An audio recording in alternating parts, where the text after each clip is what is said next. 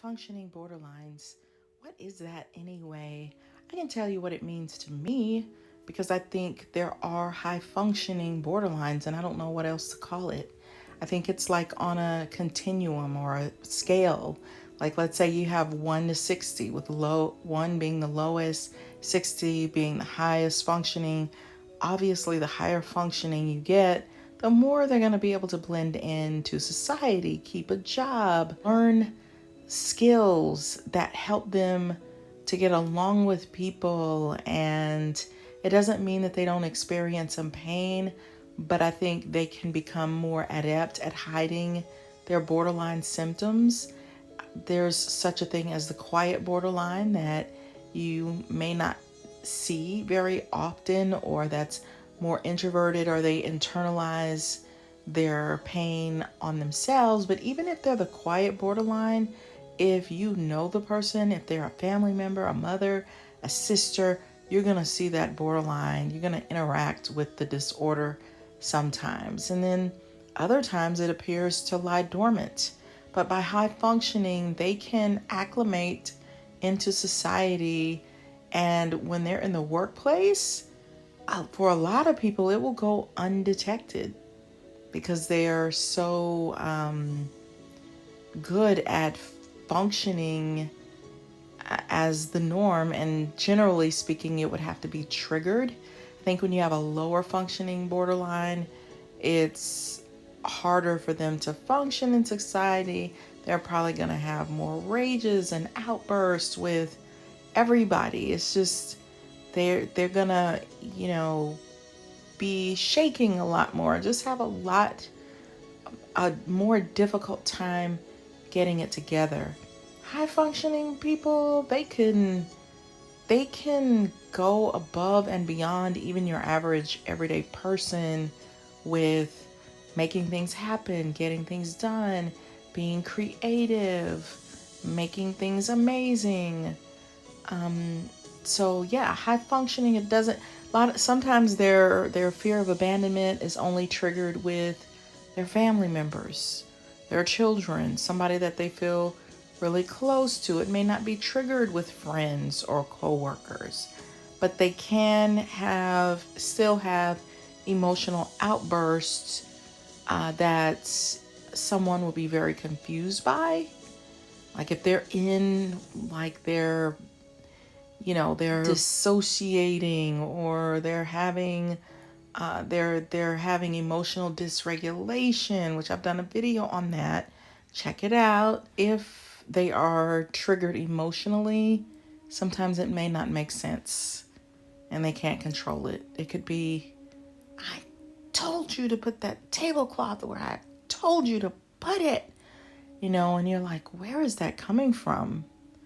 And they're not going to be able to explain it. So if they do have a friend or someone that they like that suddenly cuts them off or doesn't want to speak to them, they're going to have some reason in their head that might not be accurate, because they do have a difficult time, even when they're high functioning, with connecting to self. There is an area in which they will struggle with identity, with who am I? How do I explain the self? And so when you connect the self with you acted like this or you behaved poorly, they're not connecting that action with the self. That's the best way I can explain it. And so sometimes they don't understand. People will accuse them of, you're just lying, or you're just mean, and not understand why they're not taking that in. But if you have identity issues or knowing who the self is in the way that borderlines do, you're going to have trouble with that. So, high functioning, man, I would much rather be high functioning than low functioning. For me, a high functioning person has had some things in place in their life that has compensated for the possible deep awfulness of, just being in the grips of the personality disorder that just keeps them at a, makes them almost scary, right? To deal with on a daily basis, where they're raging and screaming and yelling and just impossible all the time. High functioning borderlines can go periods where they're just fine.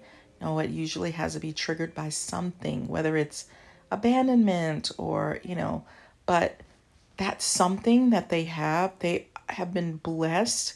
Maybe they had a parent that was hospitalized for a period of time in the most critical points of development, which I believe and have read could be 1 to 3, but I think you can still do repair work at 4 and 5 as well, to correct some of those neurons and try to make things better for the person. So they may have had something that happened, but then they still had someone who stepped in who was loving and nurturing and bonded with them, or their parent came back and was able to fill in some of the gaps or do some repair work for the damage that was done.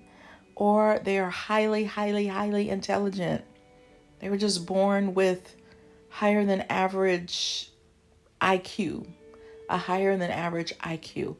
And so their intellect helped them to compensate for what could have been just devastating life.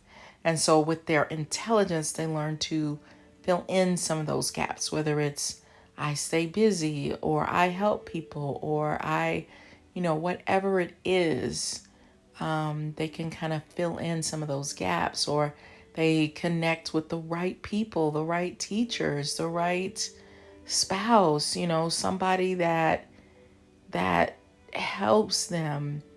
So then genetically speaking, some people may inherit a more distorted or difficult or painful version of borderline personality disorder and someone else doesn't. It could also be in their birth order that creates, that helps, if you study birth order, generally speaking, even though some people disregard it, but I think there's truth to it. I really do. Because you can see a lot of the same patterns in firstborns and only children. So maybe they were a firstborn where they had to be more responsible and they developed some skills around that. So high functioning, like I said, many people will not even know that these people have borderline personality disorders, which is great for them. And I think it can help them in the healing process as well. High functioning borderlines can also make fantastic parents, believe it or not. That might be shocking to some people, but I think a high functioning borderline can take their family lineage out of that borderline genealogy for good. And especially if they mate with someone who does not have borderline personality disorder, that can balance some of that out. But still, I think it would be necessary for the person to be very high functioning. They can be fantastic parents. They can be very loving, very nurturing. They can be teach their kids a lot of things and to have high morals and values and ethics and go to church and just build in all those great things that parents do, and help their kids be a part of whatever extracurricular activities they want to be involved in. Now there still will be a lane that will probably unfortunately be confusing to the child of a borderline that they just can't figure out, and there will be some impact. So you can't say, and even with normal parents, they're gonna probably make some mistakes that are gonna have an impact on their kids as well, just to be fair. But with a borderline, that kid is probably gonna grow up to be codependent, or maybe have some hypochondria issues, or there's gonna be some area that They may not get the actual personality disorders, but there will be some residual damage.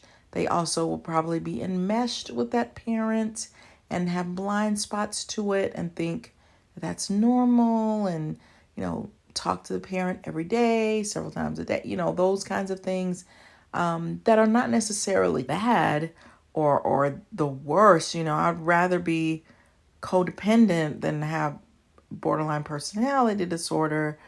But they probably will have some issues with guilt and overcompensating and confusion at because they have been blessed to not get the disorder, so they can see clearer. But because it's their parent and this is the person in authority, there's going to be some confusion from time to time because that parent still probably will have some tantrums, or, an occasional tantrum, or the parent will be too clingy, like not letting that kid flourish. Like, hey, I'm knocking on the teacher's door again. What did you say to my child? What did you do to my child? What is this about? Or, not wanting somebody to connect too hard to their kid because I don't want to lose my kid's love. Or, in adulthood, making up excuses to, cling to their adult child, or question certain things, or, interfere with relationships to a certain extent. They may not be extreme with it, but enough to be agitating and irritating. Like, what are you guys talking about?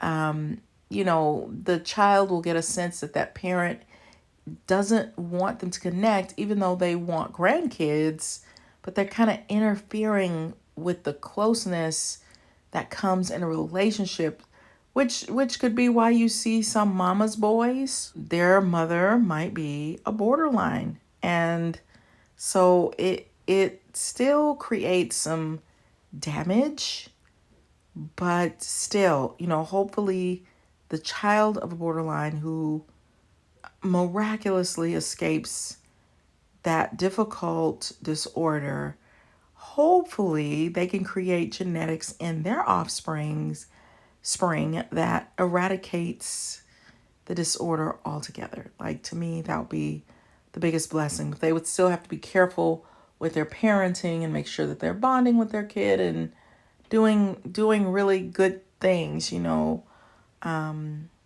hopefully make that disorder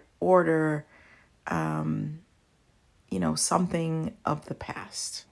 So if you like studying personality disorders, then you'll like my book, The Workplace Narcissist by Tamara Hunter Zyon. It's on Amazon. I wrote it from my heart, and I think you'll be surprised by the ending, but I think it offers a lot of explanation on narcissism and also strategies to help you cope with a narcissist, because as we know, our society we are growing more and more narcissists by the day, just by the way our lives are structured. So it's good to understand them so that you can keep yourself mentally healthy and sane.